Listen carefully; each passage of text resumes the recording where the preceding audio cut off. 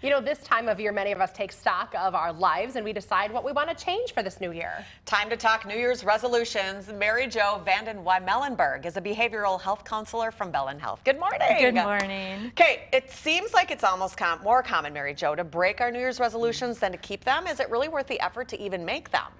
I think it is. Yeah, there's research that says about 92% of us fail at these, but you know that means 8% of us are still doing pretty good. Okay. So we want to determine what are the barriers. What am I missing with setting up those New Year's resolutions to be more successful? Sure. So let's start by setting goals that are measurable and attainable. How do we do that? Something we can actually achieve.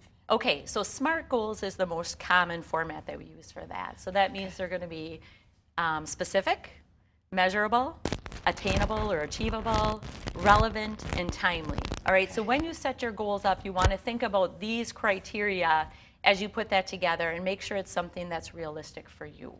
Okay, so I've set a SMART goal. How do I set myself up to achieve it? Okay, well, let's be really specific with it, all right? So an example, this time of year seems to be a lot of weight loss goals, right? A lot of people look at that. Which we have to be careful with that because there's a lot of companies out there that are just really making a lot of money off your weight loss goals. So we want to see what's going on with me. What do I really want to do? Do I really just want to be healthy? Do I want to be fit? Do I want to be more peaceful, more happy? What might that be? And I think we have to look at not just one goal like I want to lose 50 pounds, maybe more like, how am I going to be more fit? All right, so specific, let's see. Yeah, maybe that does mean I need to lose 15 pounds. All right, so that's going to be on my list. Maybe that means I have to remove some barriers. What are some of the things I'm doing wrong that I've gained that weight in the first place, right? Am I eating a lot of junk food? Am I not active enough? Am I just feeling a little out of balance? Like, do I have to look at some other life areas? Maybe I need more social time. That might be walking with my friends or going to yoga several times a week. That might mean I need to go through my cupboard and just get rid of everything that I tend to when I'm lazy or bored or tired, start consuming without thought. Sure. Well, that was going to be my question. If we're trying to break those bad habits, identifying them would be step one, but then how do we take that action? All right, well, I think it really helps to put it on paper and tell a couple people about it. Oh. So get some people on board with you. Some people like to have what they call a vision board, and that might mean writing it down on a piece of paper and putting it on your fridge or on your wall where you wake up in the morning. Someplace where you're going to see it regularly. Probably on the refrigerator would be a good spot, you know, if right? It's weight loss, right? Yeah, yeah. It might be a picture or two that you cut out. It might be words like mindfulness, right? So that we're mindful while we're eating. It might be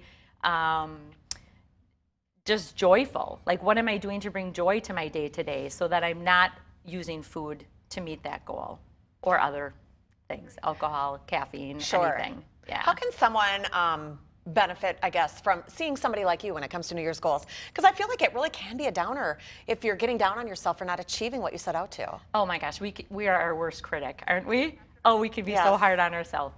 So seeing somebody professionally is when you're not meeting your goals and something's getting in the way and you can't figure out what that something is, right? Sometimes it's past trauma. Sometimes it's internal beliefs. I'm not worthy of this. I'll never lose the weight. I'll never look as good as ... right? We have these visions in our head that are sometimes really unrealistic, or maybe there's something someone said to us at one point in our life and we just really have a hard time getting rid of that internal self-talk. Sure. So sometimes we need professional help for that. Another addition to that professional help, I think we have to be very aware of we call it a conscious circle, right? Who am I surrounding myself with?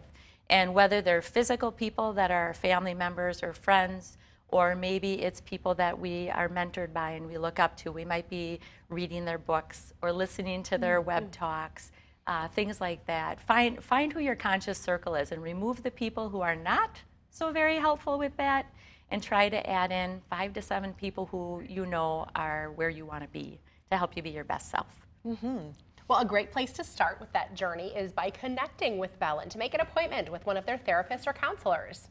You can visit bellin.org or call the Bellin Psychiatric Center at 431 5533. Or if you have a more immediate need, they're always available through the Nurse on Call, 800-528-7883. Thank you, Mary Jo. You're Start welcome. writing it down today.